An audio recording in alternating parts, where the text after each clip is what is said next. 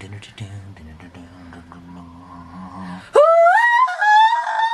gonna wake up your entire family. Oh God, yeah.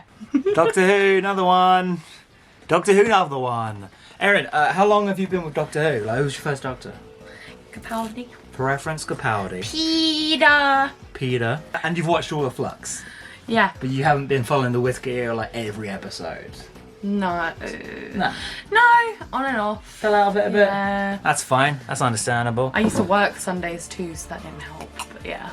Disgusting. How are you feeling about Flux so far?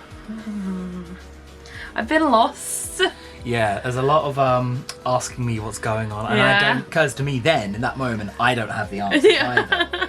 I'm enjoying it episode to episode, Yeah. but week 4, I think we're both in the same camp of like, okay, you're gonna show us something now. Yeah, give us some hints. There's a general sense that none of it's about anything. Like, this could have been the best episode ever, but the fact that it didn't really have a story of its own to tell, neither did the other 3, just makes me not want to vibe. But here she is. Vibing. She's vibing. I'm vibing. I'm just here for the ride. That's what I said to you. I said, I don't know what's happening, but I'm just here. Some Doctor Who-like things are happening. Yeah, I see the angels. They're about. And we're like, oh, Doctor Who film. Ah, yes, Doctor. I know what this show's about. I think Village of the Angels would make a really good story for a theme park attraction. Like a Doctor Who ride or a video game. Because to a degree it's playing the hits. There's a lot of cool new ideas. There's a lot of cool ideas for the Angels, but it's riffing off of the existing stuff. There's no greater meaning to the story. It's just like a tour through all Doctor Who stuff and visuals. Some gorgeous new visuals. Yeah, it's like, I'll show you this thing. Hey, remember this thing? Yeah. Hey, you know the angels? Angels? I feel like my parents watching Doctor Who, and they're way more out of the loop than you are. Yeah. That's what Flux is making me feel. Yeah. This story, Village of the Angels, was a lot more.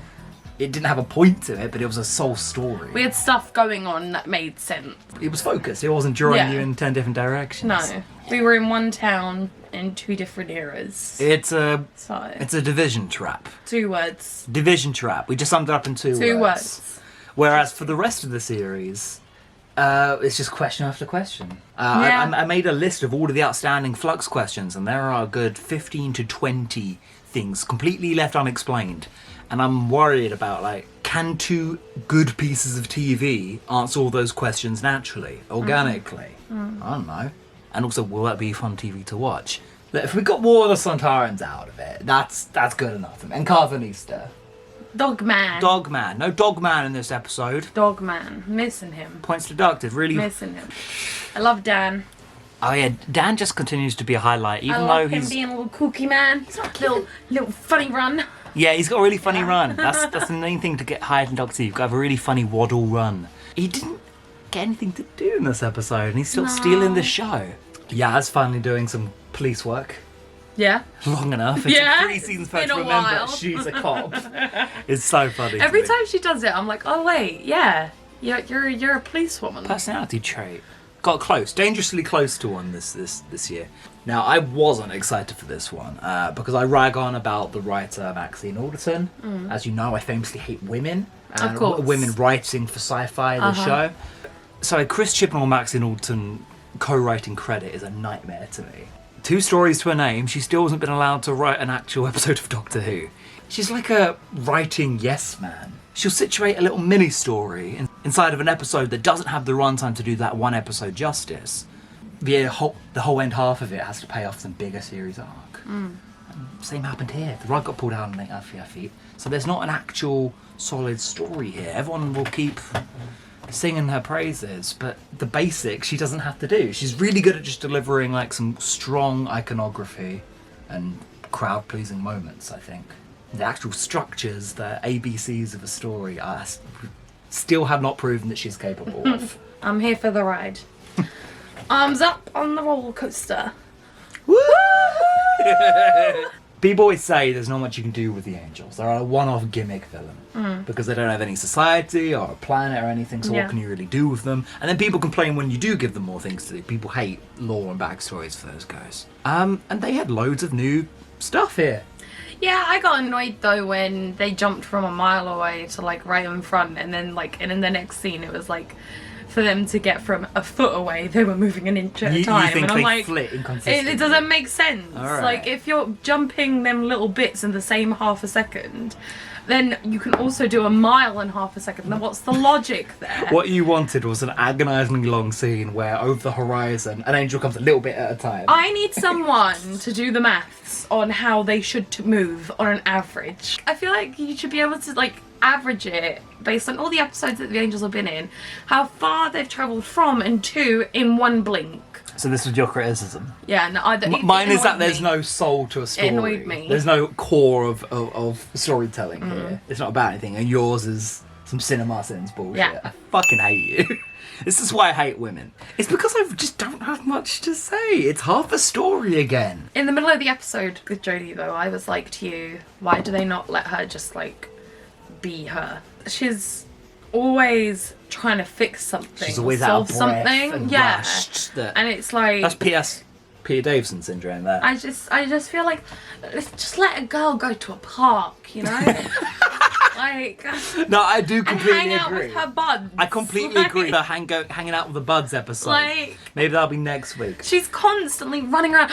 Of course. Yeah, Like it gets tiring. It you becomes a know. shtick. But when you get like tiny little moments where she jumps down the stairs, that's an actress being funny. But it was like when she ran up the stairs in the middle of the episode, like from the basement upstairs, and it was like the little run she did upstairs. I was like, that's so fun. What, But, yeah, like, can we have more of that? Yeah, please? but like no, it's of course time began go. Like Been stupid. I'm just really impressed with the visuals, even if I wasn't here for the story at all. The end credit scenes that then interrupted the episode, but then didn't give us any new information at all. yeah, it was just like, oh, he found out that she went to that planet. Good on ya. The episode didn't give us anything in the way of answers. But, on the plus side, it also didn't give us more questions.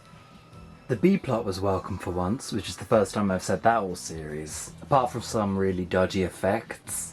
That was my favourite stuff in the episode. It felt like some long overdue linking tissue. Like, oh wow, all these elements do exist in the same universe. Which is nice, finally, by episode 4.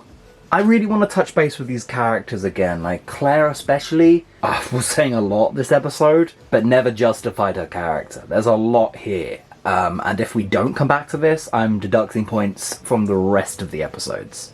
Forget Flux. We don't even know what the Flux is still. I think the Weeping Angel story in this deserves 6 parts alone. It's a really gorgeous episode, but I think most of its strengths come from the way the angels are shot and some beautiful directing. Was it all on the page? I kinda doubt it. Still not sold Norton, but I hope she gets her own story in the near future. Basically, I'll watch it again. We're saying that for every episode now. When are we gonna get I something? guess I'll watch it. But you want to watch it again? Yeah! A tentative, yeah! For me too. Definitely when the rest of it's out. Kevin McNally was the standout for me, but at the same time his character didn't really feel like it achieved anything in the story. He strikes me as a character writing assignment, rather than a natural needed part of the story. It's also aping on the episode Hyde quite a bit, if anyone remembers Hyde. But yeah, I think we covered it. Pretty solid, superficial horror story with a lot of run-on details. I still feel like I can't comment on this woman's writing because who knows what part was what, and who knows if she can handle the actual mechanics of a story. That's me. Hopefully next episode is about something. No. They have to really justify it after series 12, and they're just... I don't think they're going to.